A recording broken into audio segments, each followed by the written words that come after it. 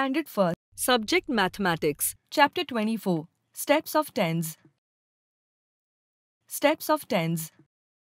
Students, we have already learnt about units and tens in previous classes. Today we will learn about steps of tens. आज आपण दशक उडी म्हणजे काय ते समजून घेणार आहोत. आपण पाहिले की 10 या नंबरमध्ये 1 tens and 0 units आहेत.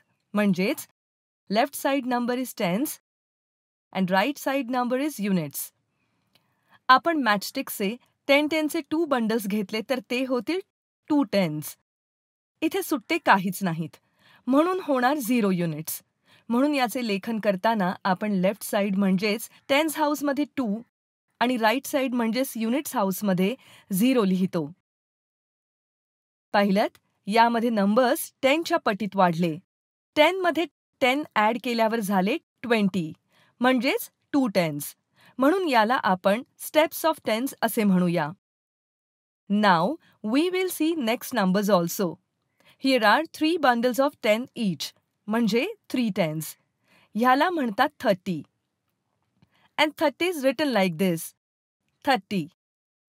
Here are 4 bundles of 10 each, means 4 tens. 4 tens are known as 40. And 40 is written like this. 40.